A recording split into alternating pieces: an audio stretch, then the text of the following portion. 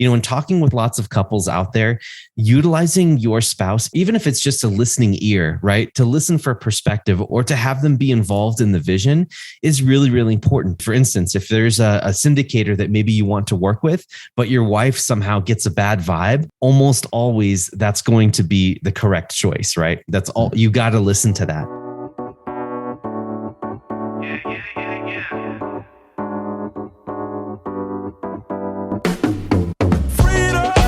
Welcome to the Going Long Podcast. We're back once again to continue to help to educate you so that you feel much more comfortable as well as confident investing beyond your backyard. And guess who I am? I'm your host, Billy Keels, and I am really looking forward to welcoming you back on today's conversation, sharing today's conversation with you, because I know you are going to get massive value out of this one. This is, especially for those of you who want to find out more about getting to your goals and in life and through corporate world. Wow, this is one that you're really, really going to enjoy. But before we get there, let me just remind a couple of things. Like, number one, the podcast continues to move up the chart, and that's thanks largely in part to you, and because you're helping us understand what it is that you want to see more of, what you'd maybe like to hear a little bit less of, and we continue to bring you content that you are enjoying and you're able to put into action so that you can get to your goals much faster, and doing that in a way with a group of people that are part of your family. So if you haven't already, really appreciate you leaving an honest written review as well as a rating. It takes just a couple of seconds. Just make sure that you let us know what you like. It's an honest written review as well as a rating, what you like, what you don't like, and so we can continue to make it even better for you. For those of you who want to catch the early episodes, every single episode, because you can't find them on your favorite platform anymore, just go to billykeels.com. And once you're there, go to the podcast portion, and you'll be able to catch every single podcast we've ever done. Once again, it's billykeels.com. Go to the podcast portion, and you can check out every single conversation. And then lastly, for those of you that are accredited investors and you want to connect with other accredited investors and you want to talk about things that accredited investors are talking about, you want to gain access to deals that are really pretty cool and exclusive, then send me an email to aiclub@billykeels.com. Once again, that's aiclub@billykeels.com. You and I can connect, and you'll get to be a part of the accredited investor club. We're just getting started, and super awesome time to join. So with that, listen, everybody has equity in their life. Every single person has equity, all types of equity. You have not just financial equity, relationship equity, social equity, health, physical health, mental health equity, all of these types of things. And the idea is, how do you elevate your equity, right? And so whether you are in a corporate role that you are enjoying or you are looking to run towards something else, every single thing around you provides an opportunity for you to get to the goals that you're really looking for and be able to do that faster. Today's guest has been able to absolutely do that, been able to do that also with his spouse. They are continuing to help to educate people, talking people through what it's like to be in a corporate role, move into something else.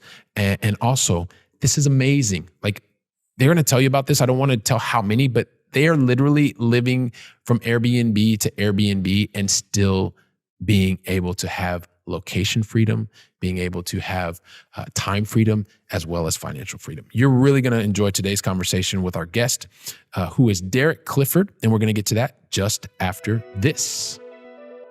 Are you looking for a way to get to long-distance investing success, but not spending all the effort? You want to do it in a way that's much faster, and it doesn't cause as much pain? Well, listen, I can save you all of that stress. Just go to billykeels.com/7 mistakes, and you can pick up your free PDF to help you on your road to long-distance investing success. So you know what? If you want to understand how to elevate your equity so that you can achieve your long-distance investing success even faster, then guess what? Today's a conversation that you're going to want to listen to until the very last word. You know what? I promise, because today's guest, he not only started his professional career as a translation specialist, something like Deutsch to English, or I think I got that right. I'm not actually sure. But then after that, you know what? He moved into a process engineering role in the chemicals as well as oil and gas industries. And from there, he went on to become a project as well as senior project manager in a couple of other industries, maybe including utilities. And I'm sure he's going to tell us a little bit more about that. But then he also went from, from this side hustle that he found into making the side hustle his main thing. And you know what? He's actually now the founder and CEO of Elevate Equity, as well as the host of the super popular podcast, Elevate Your Equity. Brings me great pleasure to bring to today's conversation, Mr. Derek Clifford. Derek, welcome to the show, man. Billy, it is so great to be here. Thank you for such a gracious introduction. I'm so happy to be here and ready to add value. You know what? I cannot wait for the Going Long family to find out more about you and exactly what you're doing. Because when I found out about your story, I was like, oh my gosh, hang on a second. We got to get the Going Long family over here. Derek's got so much to share. All that. And he loves implementing. Like, this is amazing. This is like, the full package. So this is going to be absolutely amazing, man. Looking forward to you sharing and adding your value today. So, and Derek, so as you know, I love to ask everybody 5 questions, at least 5 questions. You're going to get 2 in the beginning. Do. Yeah, 2 in the beginning, 3 in the end. And then the thing is, Derek, and the Going Long family knows this, I have absolutely no idea what I'm going to ask you in the middle. But I know whatever it is, I know you're going to add loads of value to the family. So if you're okay with it, I'd love to jump into today's conversation. Are you ready? Let's go for it, man. And I'm game. I know you're game. You're game, and the Going Long family knows it. So cool. So help us understand, first and foremost, maybe I can add a little twist on this question, but help us understand, where do you actually... I don't know how to say this. Maybe where you're residing currently in the United States. Yes. I love the way that you frame this question, because it's very true. It does require a little bit of a twist. Right now, I am residing in Colorado. We're in Colorado Springs right now. It's one of my favorite places to be. I grew up in this area, and so I just love the weather, the trees, the city feel that's kind of like starting to become more and more a thing here. And so I just love the balance between nature and city. But if you want, Billy, I can go a little bit more into like how we got here. Would that be all right? Please do. Okay. So even though I reside here in Colorado, this is our 19th Airbnb. So Can you just say that? Hang on. Can you just say that again? How many? Yeah, absolutely. 19 Airbnbs. Love it. So what I love about this lifestyle that we've been able to create, thanks to, people like you who help like elevate the energy of multifamily real estate or commercial real estate in general, I've been able to escape the rat race. And now what we do is we just travel. My wife and I, everything that we have fits inside of a small mid-size SUV called a Honda CRV. Everyone always asks, hey, oh, what RV do you have? I'm like, no, you get that wrong. We have a Honda CRV. That's what we put all of our stuff in, right? And so we basically have all of our possessions in the car, and we drive around from place to place. And as long as we have an internet connection and 1 or 2 bedrooms, my wife and I can do our businesses online and from anywhere. So our travels have seen us mostly in the United States, in California. We've been to Yosemite, San Diego, Palm Springs, Reno, Nevada. And then we've also been out to Salt Lake City and Park City in Utah. We've been to Indianapolis, Kansas City, Memphis, Tennessee, a bunch of markets throughout the United States and places that we've wanted to visit as well. And so, and then Austin, Texas, of course, how can I forget that? And so we've been to all these places in the last 5-6 months, and we are just excited to be able to continue this journey. Wow. And eventually, I can't keep this in, Billy. I have to spread this out too. I have to make sure that you guys know this. But we're heading west from here in Colorado, and as long as, and I'm crossing my fingers right now, as long as the Japanese borders open up to foreigners, we're going to be spending 3 months in Japan starting in April. Wow, and we are just so excited. It's like a bucket list adventure of ours, and we're going to bring our parents out to visit with us. It's just something I've always wanted to do. And so super excited and grateful for this life to allow me and my wife and my family and everyone that knows me to be able to come along this journey with us and have this happen. Wow, this is awesome. And this is just the first question, by the way, everybody. This is what you call over-delivering. Absolutely love it. I love it. And you just topped it off with, provided the borders open up, we're going to head over to Japan for 3 months. This is long distance at its best. I love it. Sure. I absolutely love it. So listen, on top of that, Derek, what is the most positive question, or that's question number 2? What's the most positive thing that's actually happened to you in the last 24 hours? Yeah. So, it's really funny, like in commercial real estate and also when you're in business for yourself, it requires you to kind of step into this flow of abundance, right? Which I'm sure we're going to touch a little bit more on later. Yeah. So yesterday afternoon, my wife and I had to go see a chiropractor because, we haven't seen a chiropractor in a really long time. And, while I was at the chiropractic office, I was kind of in the scarcity mindset. Like sometimes you end up slipping back and forth between these two states, these energy states. And, I was trying to talk with my team, and like there's brokers, and imagine this, right? I was feeling scarce when I had a lot of deals and a lot of investors, and I'm trying to match the two together. Right? I'm trying to underwrite these things and work with my team to make sure everything is flowing. And so I'm in the doctor's office, just sitting there looking at my phone, right?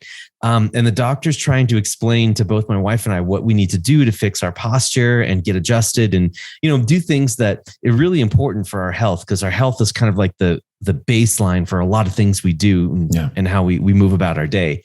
And so finally, my wife tapped me on my knee and said, "You need to put that away right now." And I did. I listened to her and I put it away.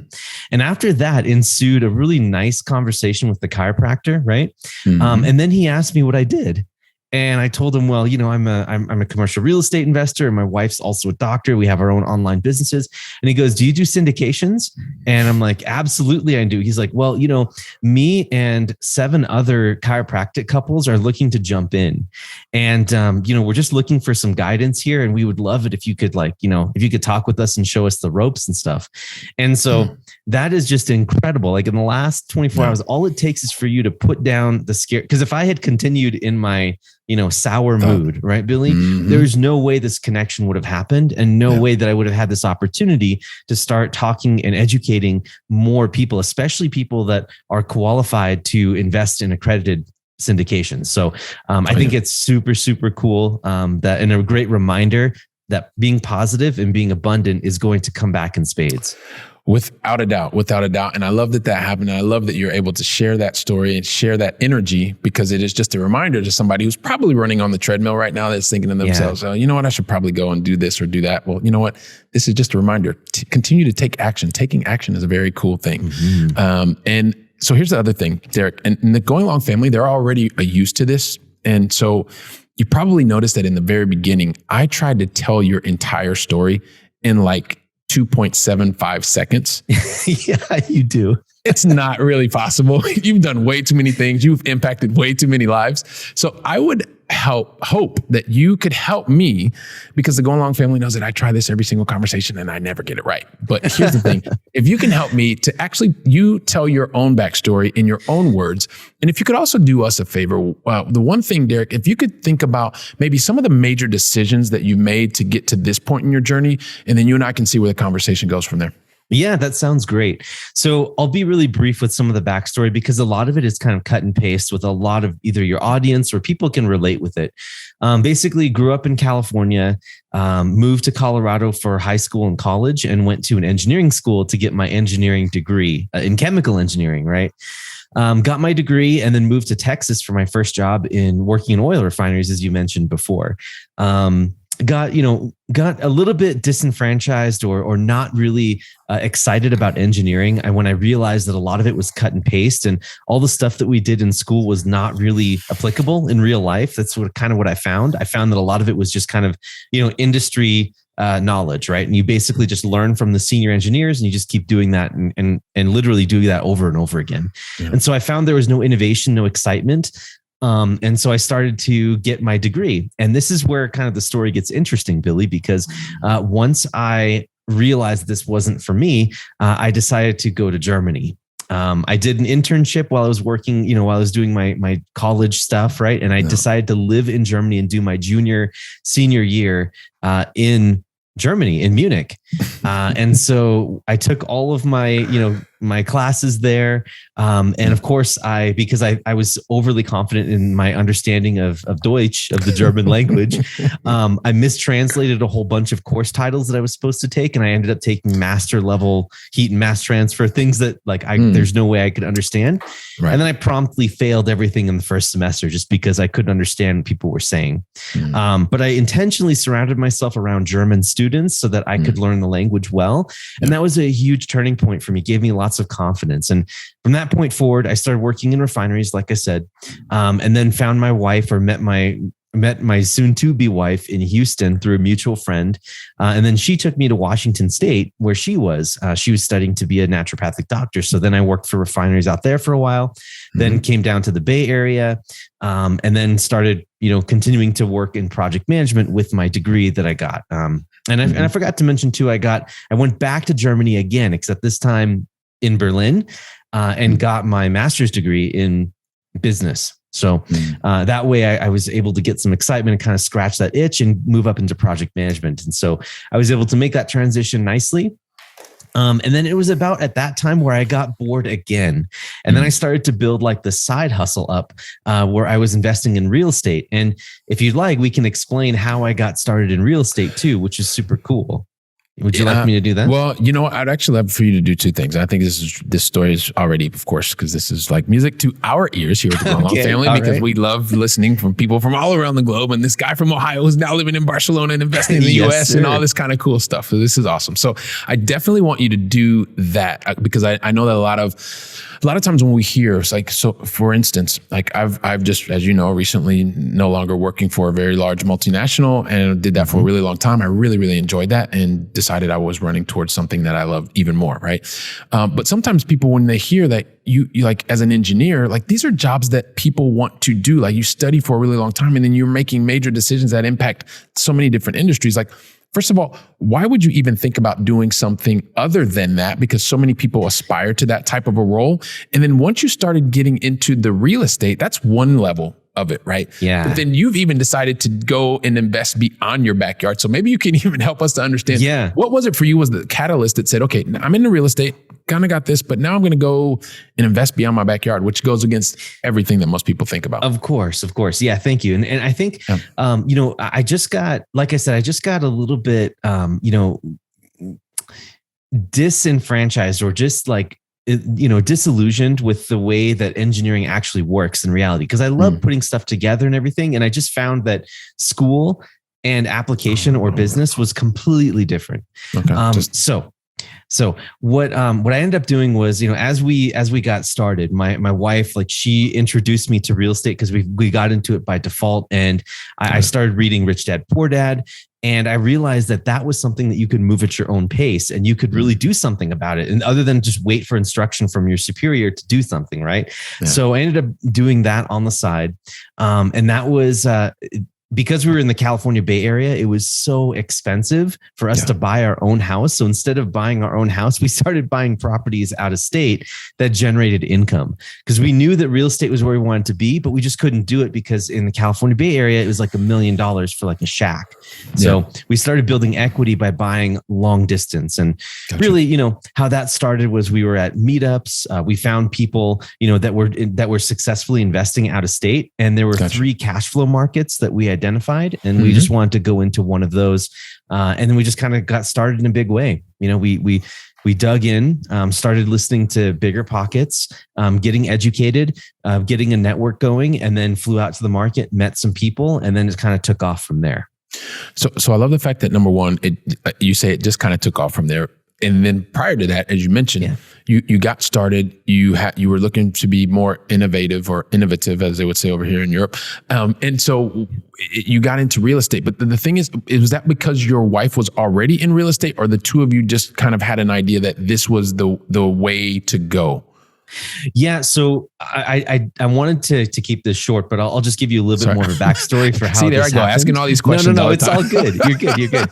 So my wife had purchased her condo where she had her grad school in like June of 2008, or like literally 2 months before the crash happened. Gotcha. And so by the time she had graduated, we could not write that check because it was, we bought it for $250, or she bought it for $250. It was worth like $95K 3 months later through the crash. And so we had no way to get rid of this thing as we moved down to California from Washington State.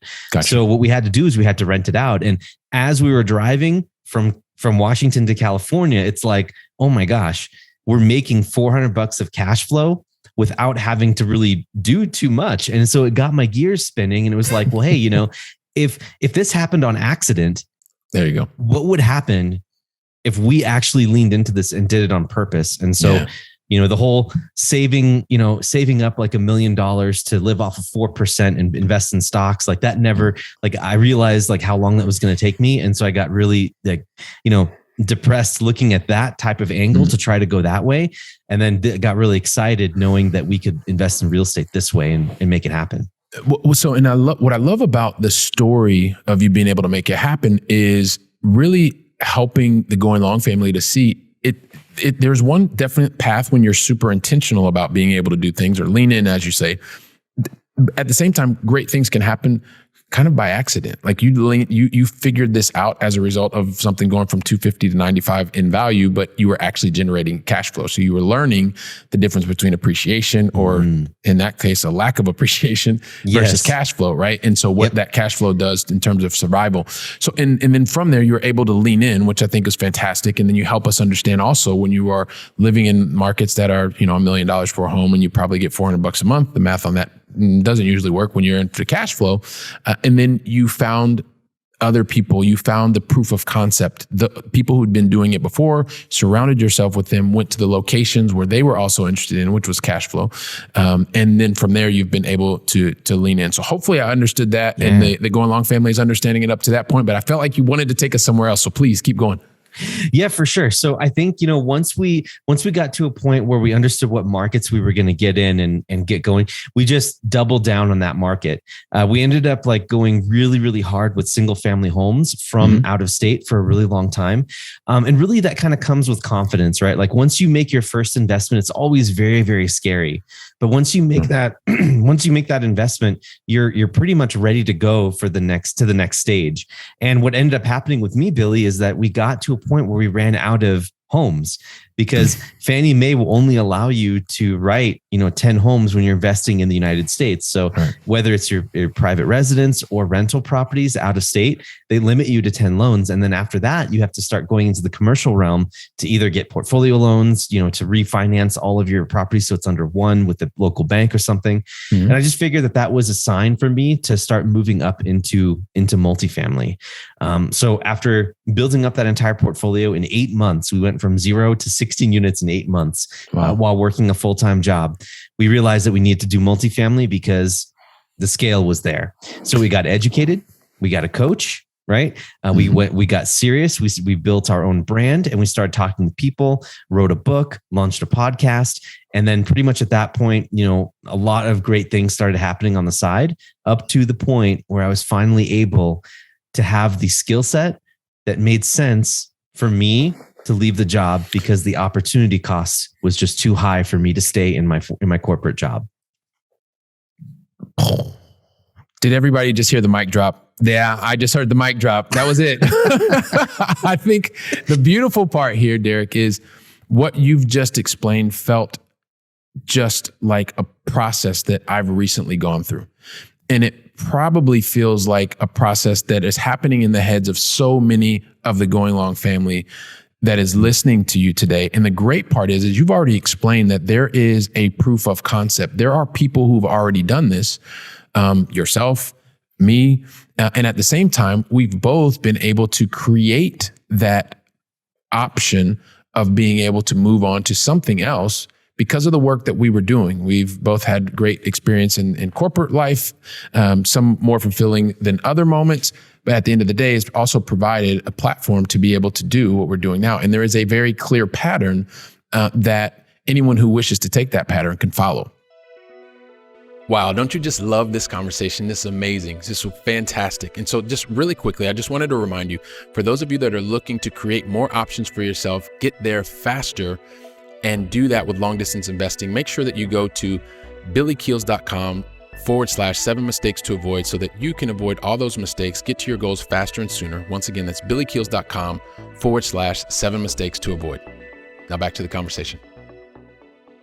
Now you've talked about a lot of things. I kind of want to pick up on one of the things that you talked about, because I know that you've mentioned before that you and your wife being able to go through this together. I know that's something that you do that's very unique. I've also been very open. I've tried that. It didn't necessarily work for me. So, but what I really want to understand is, I feel like you found the key to being able to not only move on from a corporate role, but also then being able to make that transition and doing that successfully with your spouse. And I know it's something that are in a lot of people's minds. So maybe you could share a little bit about your expertise in that area. I know you've even on your podcast, you've kind of done an entire season just around this and around couples working together. So maybe give us some insight to what you've learned so far. Yeah, and again, thanks for giving me the space here to talk about this, because I think that, your spouse is, whether or not you think that they're involved or not, they are, because they are creating the space. They're creating the physical, mental, and time space for you to be able to do and pursue what it is that you want to do. And I think for me, I got really lucky because my wife was the one that was actually encouraging me to step into this sooner, right? And it was me holding myself back from all of this. So in very much, in a very high sense of the word, right? My wife is the visionary in everything that we do. And she saw that my potential was much higher than where I was kind of keeping it. So in that sense, I'm very lucky. But, in talking with lots of couples out there, utilizing your spouse, even if it's just a listening ear, right? To listen for perspective, or, to have them watch a video with you, or to have them be involved in the vision is really, really important. Because if you're missing that extra perspective, then you're not getting a chance to really see whoever it is you're talking to. For instance, if there's a syndicator that maybe you want to work with, but your wife somehow gets a bad vibe for that, almost always that's going to be the correct choice, right? That's all. You got to listen to that. Yep. And there's also, extra perspective, like for support. If you are, having one of those down days or having a really high up day, it's really great to have your spouse there to help, keep you, to solidify those successes, and then also support you when things are down. And that really does mean a lot, because it makes the whole business sustainable. If you're in it together, you guys both have a common vision, you both understand why you're doing it, then the success rate of you being able to get to where you want to get to is going to go extremely high. Okay. So that's all I wanted to mention, is that it's really important to get them involved and at least active in what you're doing, and they know what you're doing. And so, I'll just come back, because I know there's probably somebody that's listening and thinking, you know what, Derek, I know what you're saying and it makes so much sense. And I really want my spouse to be involved in this. And you know what, my spouse just thinks, you know what, this is way too risky. This doesn't make sense. It's not the stock market. And they're looking for that support, but they don't have the support. So what have you also, and I'm sure you've gained lots of insight for that person that does not have the spouse that's on board or is not supportive, and they want to continue to move forward? What are some of the things that they may be able to do, because they're looking for that? They just don't have it today, and they have a spouse that's a little bit doesn't make sense to me. Didn't go over on that. I think that's great. And I get this question all the time, and I have a lot of great advice for people. I think the first thing is make sure that you start with the why, right? Start with the understanding of, okay, why are we working so hard? Why are we making these sacrifices? Or why am I making these sacrifices for us, right? And in general, whenever you have this conversation, it should be very high level. The ground rule should be there's no wrong things to be said. There's no negativity. Everything is positive, and you have to accept what the other person says just as is, because there's no wrong answers when you're talking about vision, right? So don't fight back. Just say, I understand. I hear you. This is awesome. Right? I want to do more of that, or what you want to do, and try to find a way to get to the motivation, what moves your spouse. And because your side business will involve time, location, and financial freedom, anything that they say is going to be enhanced by having these 3 degrees of freedom. And these 3 degrees of freedom can be unlocked by investing in real estate somehow. Okay. So what you got to do is just be really patient with the spouse, understand where their vision is coming from and what motivates them and what drives them. And inside that conversation, no negativity. Everything's positive. You're listening and actively listening for motivations. For every I, there should be 99 we's. Okay. And it should be a very active type of conversation where you're talking about, you have the space, like the space that you're in is safe. You don't have kids running around. You're able to really concentrate and dedicate your energy and time to your spouse. I think if you can show that you're really wanting to build something together, or build something in a space where you're both trying to achieve something together, whether or not they are interested in actually doing it with you actively, you at least have their support. Okay. And that's really the important thing there. And then eventually over time, and then one more thing I wanted to add to that, Billy, is that please bring in other couples that are doing it. So find meetups, right? Find some friends who are already investors. And when you find other example spouses that are out there, listen to podcasts where there's couples talking, right? When you find examples of people that are doing that, all of a sudden it becomes more of a reality type situation for them, because there's so many ways your spouse can get involved. Even if they don't know the industry, they can still build teams for you. They can support you when you're down. They can help do marketing for you. And that's just one small way where they can get involved. And once they see kind of what's happening to you and you're leading by example, I think that eventually your spouse has no choice or cannot resist simply stepping into a little bit more alongside you. Yeah, I love the framework that you gave there, and really starting with why, getting to the point where you are really listening, you're positive, there is no negativity in that zone, and you're doing it, creating a space that is conducive to actually open conversation, which I think are some of the things that you have to prep the conversation before you just jump into the conversation. And obvious that you've had lots of experience talking to lots of couples doing that. And also, I would say one of the other things is, with technology nowadays, you don't physically need to be in the same room with the other couple. You can literally be on a networking, whatever, Zoom, Teams, whichever one you want to use, and meet a bunch of other people and ask those questions, and then have one-on-one conversations at other moments in time. So I think it's never been easier than it is today to find other people. And once again, you go back to a similar concept that you were talking about before.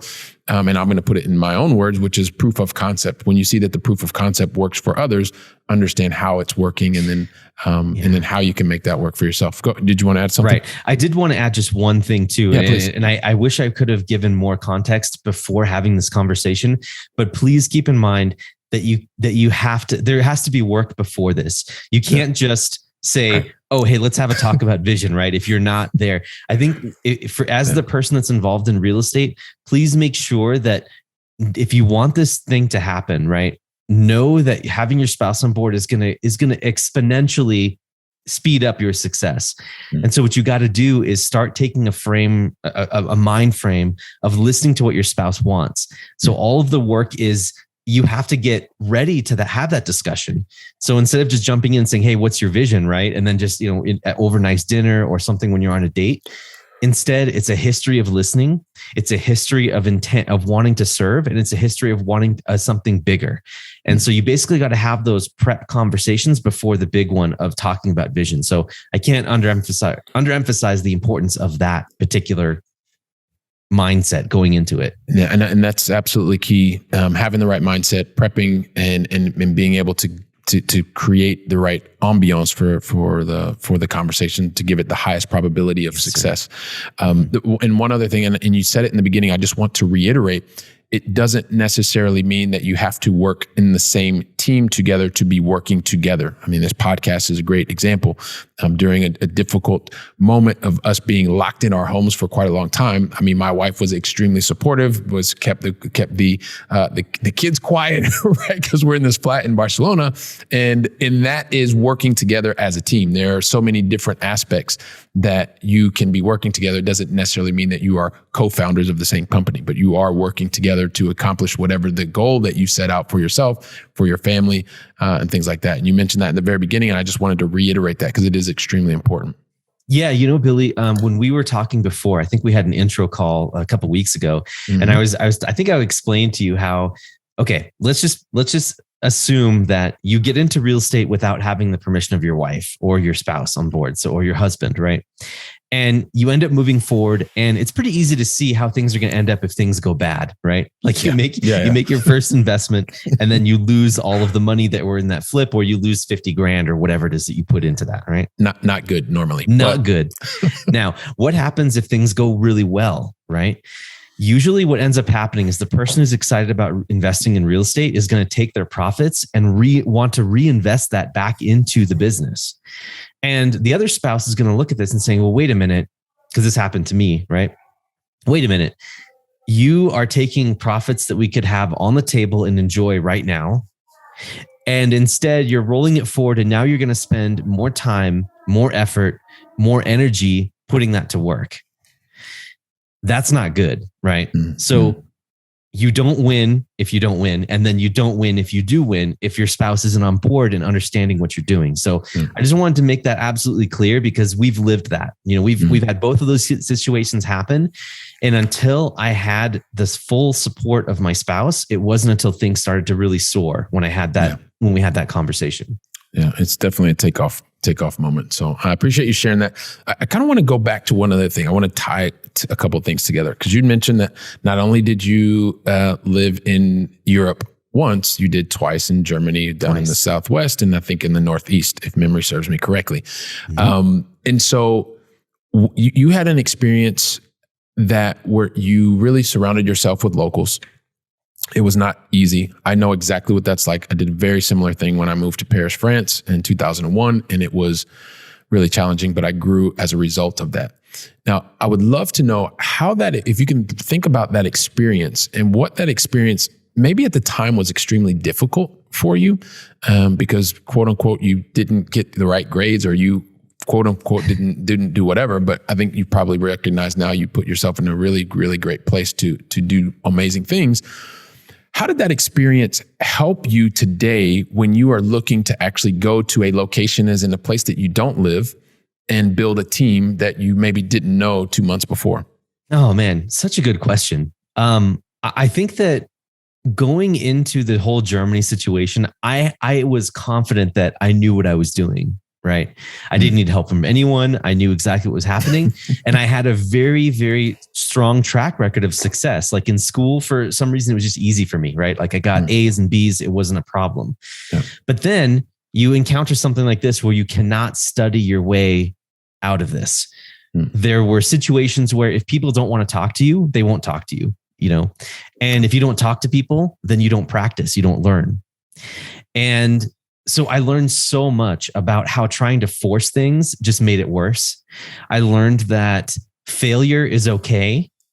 And I think that was the biggest thing is that I've never really majorly failed at anything in my entire life up to that point, or at least I can't remember, up to that. So I've been very fortunate, right, to have that, but I really felt it then.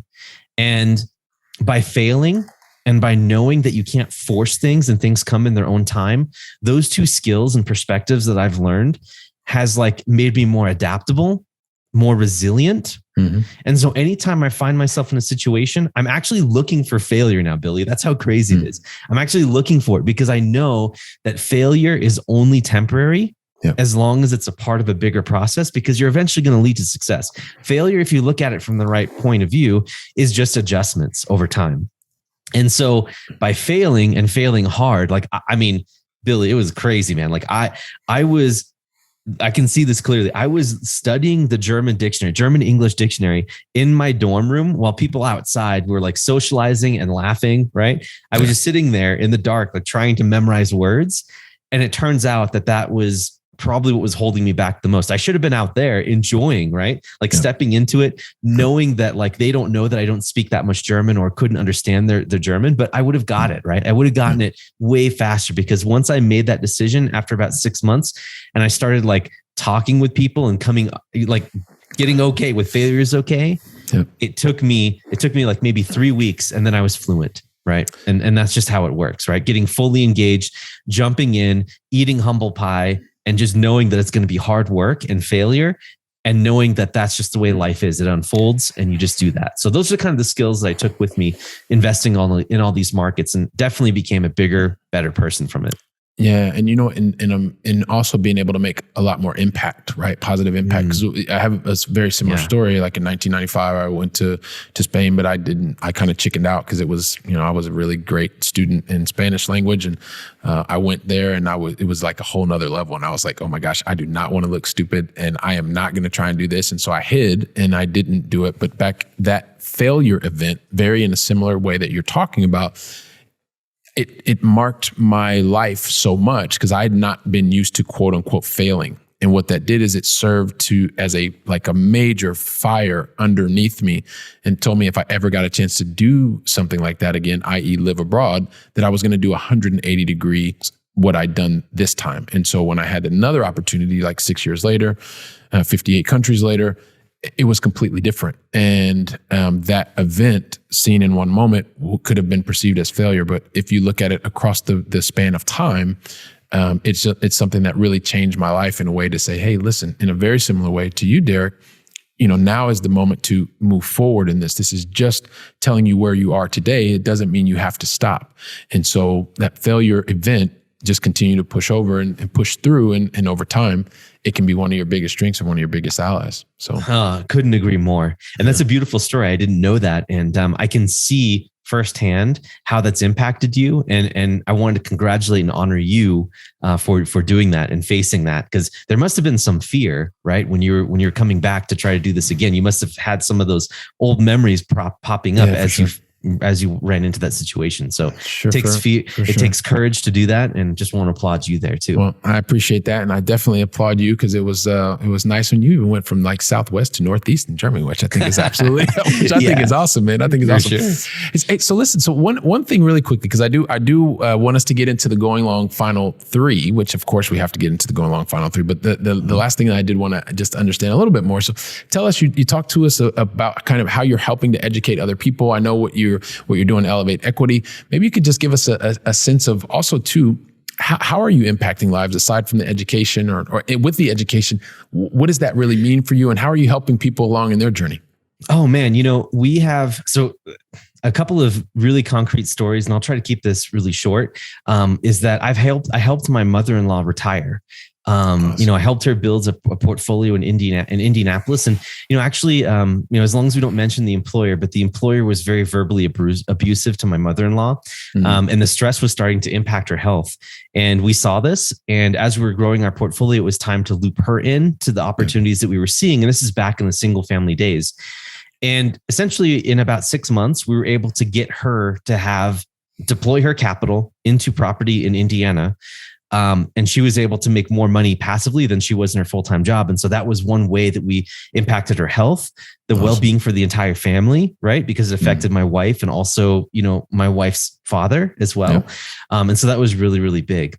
And then the other was, through this educational process, like there's some really incredible people that we got to meet, like some lawyers, right? That were close to us in California. And they had it all. They had this big house, right?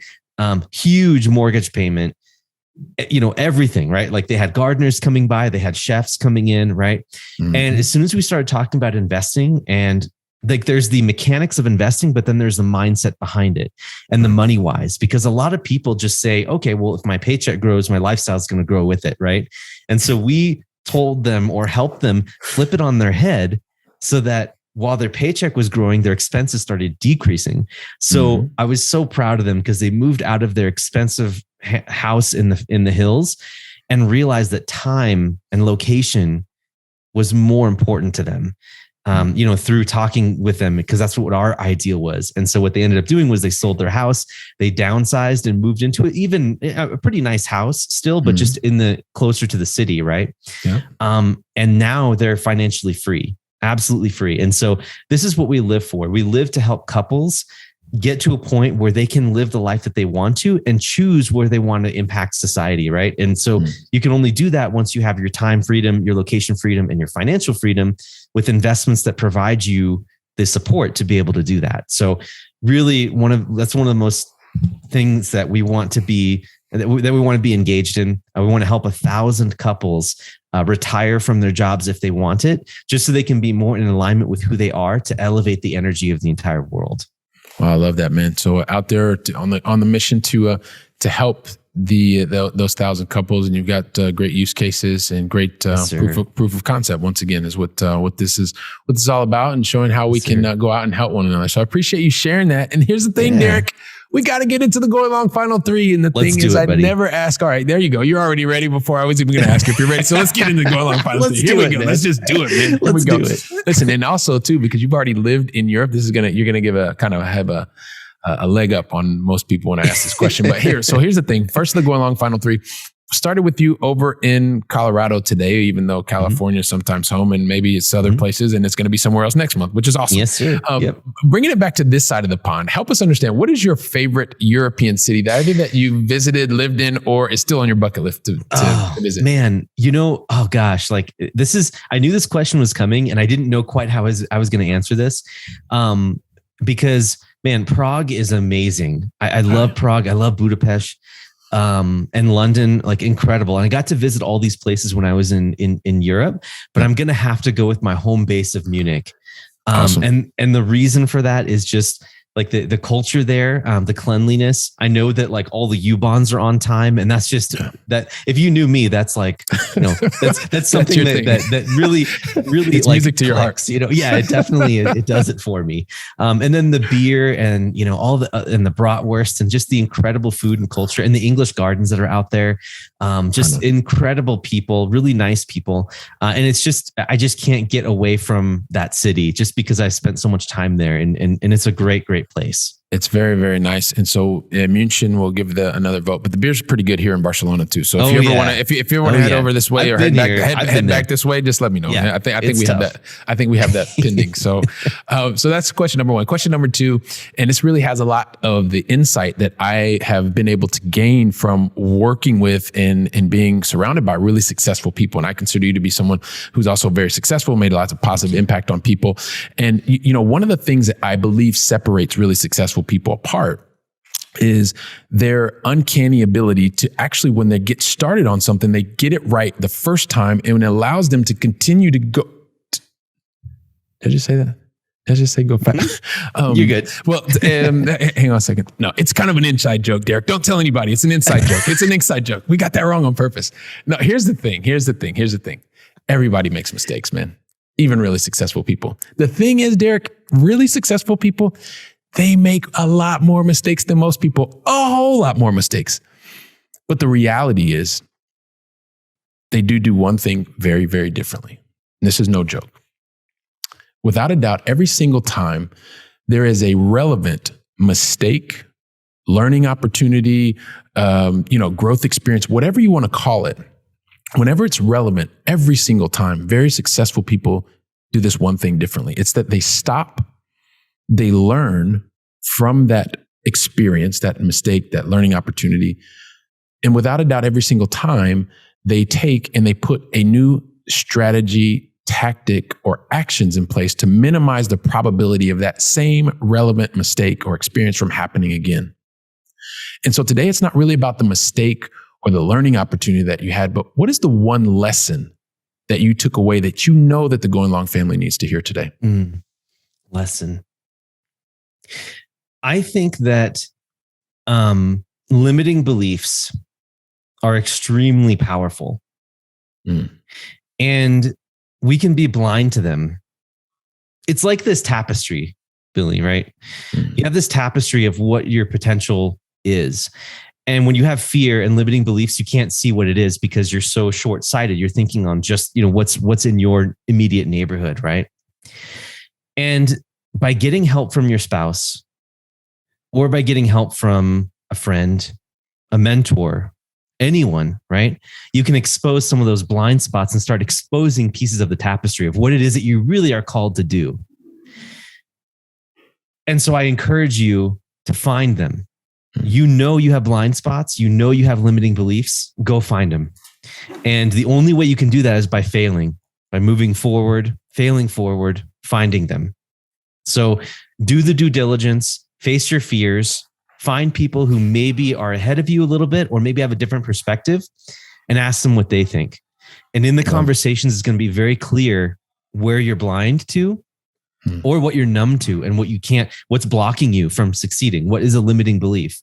And so find them, so get out there, explore, talk with your wife, go to Munich or go to Barcelona, right? Yeah. Or go to Rome. That's another one of my favorite cities. And just get out there and learn something about yourself. Because once you do that, you're going to take off the limiters and your life is just going to completely change. That's awesome. So look for the blind spots, surround yourself with people with other points of view or someone who's a step ahead of you or steps ahead of you so that you can also gain from their insight, which is lovely. Appreciate that, Derek. And it goes to the third of the Going Long Final Three. And this is really about making sure that we're helping the Going Long family to fill our minds with knowledge before you go. So if you could help us with one book that you would recommend to us. Oh, I also knew this was coming, and this is one of those where I had like 3 different books on my mind. But what I'm going to go with, based on the flow of this conversation here, what we're talking about, is The Gap and the Gain. Incredible book. I don't want to explain too much about it, but basically, it's talking about how you can basically choose to live in abundance, and gratitude right now in any moment, from moment to moment, and how that's going to amplify your performance and help you with the positive mindset and move forward to do anything you want to do. So if I had this book, back when I was first starting investing in single families, I would have been probably 3x where I am right now. So definitely want to pass it along to your audience. Perfect. Appreciate that. The Gap in the Game. We're going to include that in the show notes. And I'm just flabbergasted because like these conversations literally fly by, Derek. Like I feel like we just started this 30 seconds ago and really we haven't, which is awesome. And I know you said one of the things that you want to be able to add value. And I know from the very beginning, from the conversation that we're having and you talking about being in California and you talk about getting your college degree, and then from your college degree, you become then a translation specialist, which I think is absolutely phenomenal. On the side, on the side. And then you realize like, hey, listen, there's not really a lot of innovation here. It seems like everybody just keeps doing the same thing. And while that's okay for a lot of people, it wasn't really what you really wanted to get the most out of. And so you had some overseas experiences. Then you met this really wonderful woman who changed your life and gave you some new ideas and was really saying, hey, Derek, I think you could really be doing something else, man. And you're like, no, I'm good where I am. Well, eventually, she helped you to point you in the right direction. And from there, not only have you continued to gain more control of your own life in terms of the freedom of location that you have, the freedom of the time that you have, and now freedom of finances that you have, you are continuing to now educate others to be able to do the same thing, helping people along that path. You talked about helping lawyers. You talked about also helping your own mother-in-law. And I know that as your Elevate Equity community continues to grow, I know so many people in part of the Going Long family are thinking to themselves, oh my God, I got to get in touch with Derek, man. His story is awesome. It resonates with me so much. This is amazing. Help us understand, Derek, what is the best way for the Going Long family to contact you, find out more about what you're doing at Elevate Equity or at your podcast, Elevate Your Equity, so that we can connect with you? Absolutely. Thank you, Billy. Again, like being on the show, like the time did fly by. I had such a great time, had a blast here. The easiest way for people to find out more about us is just go to our website, which is elevateequity.org. And then we also have a Facebook page where we're going to be doing weekly masterminds for free for people. And we can basically ask any question. So anything that you have on this podcast or any question in general about investing, mindset, spousal support, or working with your spouse, we're going to cover all of that. And it's going to be kind of an open forum as well. Awesome. And then also my book's there. And also so is my podcast, Elevate Your Equity. So thank you again for letting me do that. Fantastic. All right, Derek. Hey, man, I'd really, really appreciate it. And just on behalf of the entire Going Long family, from the bottom of my heart, man, I want to thank you for investing your time with me, with us, and helping us to understand how we can also continue to elevate our equity. So thank you very much, man. Thank you. What an amazing show. Love it. All Thanks. Right. Thank you very much. If you give me just 2 seconds, I just want to say a couple last words to the Going Long family. Wow. Derek was awesome. He continued to he talked about it in the beginning. He wanted to add value. I think he did that plus a lot more. So I know you got a lot out of today's conversation. Make sure that you're sharing this. It's got a lot of insights that he just shared with you about whether you're thinking about moving from your corporate role into something else, whether you're thinking about helping a family member to be able to move on, or just working with your spouse. He gave you some great frameworks. So I know you've got a lot to digest, but digest it, share the episode. And you know what? I'm really looking forward to welcoming you back on the very next conversation. So until then, go out and make it a great day. And thank you very, very much. Wow, don't you love hearing from top-notch experts in the field? You know, when I was getting started, I really wish that I would have had access to such experts. And even more, I wish they would have given me like a really simple list of things to follow so that I could have gotten to my goals much faster and been much happier even sooner. So that's why I've created for you the 7 things that you should avoid in order to be successful in long-distance investing. And you can pick that up really easily by going to billykeels.com/7 things to avoid. And also, if you liked today's episode, don't forget to leave a 5-star review. I'm looking forward to seeing you on our very next episode, so go out and make it a great day.